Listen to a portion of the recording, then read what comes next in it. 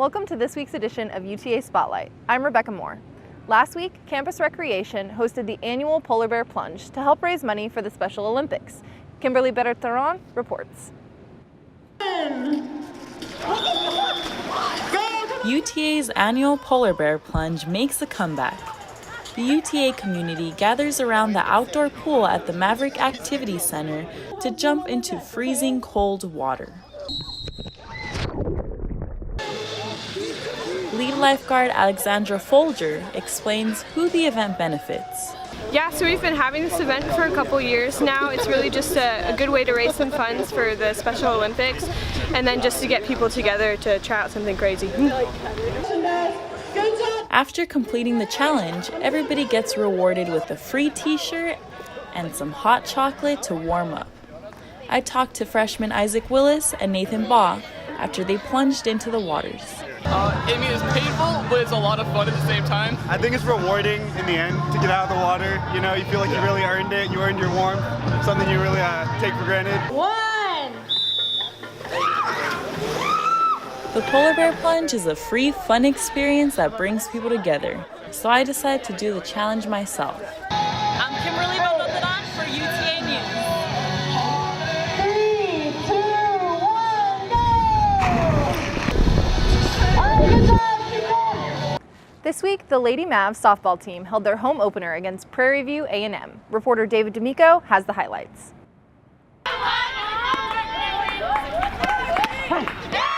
On a cold, wet day, the UTA softball team held their home opener against Prairie View A&M. The Mavericks came into the game looking to extend their 3-game winning streak.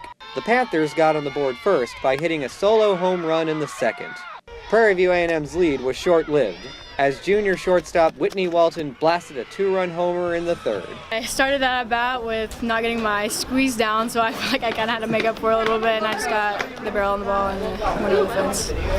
Pitcher Randy Phillips shined on the mound, holding Prairie View A&M to just 1 run on 5 hits en route to a complete game.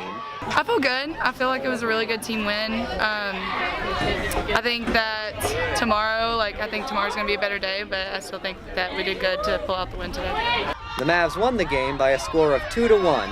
With the win, head coach PJ Byrne feels confident that it'll help their team down the stretch. I think it's really getting us ready for the conference. We do play in one of the top conferences in the nation for softball, and so the way we're trying to set it up is that if we play some of the better teams, that'll get us prepared for when we start up in another 2 weeks. The softball team looks forward to a great 2019 season. David D'Amico, UTA News. One sorority on campus created their own version of the show, Beyond Scared Straight. Jackie Reninga has the details. The New Iota chapter of Sigma Gamma Rho hosted an event last week called Beyond Scared Straight. The concept was to show students what a day in prison is like, as well as hear real stories from past inmates. My personal gain was honestly knowledge. Bad decisions don't define you, so my biggest gain was for the audience to realize that as well. But at the same time, be scared straight. The Arlington Police Department and correction officers were also in attendance to further educate students. Although the main topic was prison life, there was also a lot of discussion about justice in law enforcement as a whole. People believe that law enforcement is like just across the board, it's horrible, but it really isn't, stuff like that. It was just confirmation for me that there are good people who work in law enforcement, and that I have made the right decision for myself to follow this path. Jackie Reininga, UTA News. That's all we have for this week's UTA Spotlight. I'm Rebecca Moore. On behalf of our UTA Spotlight producer, Maria Cancino, and UTA News, see you next week.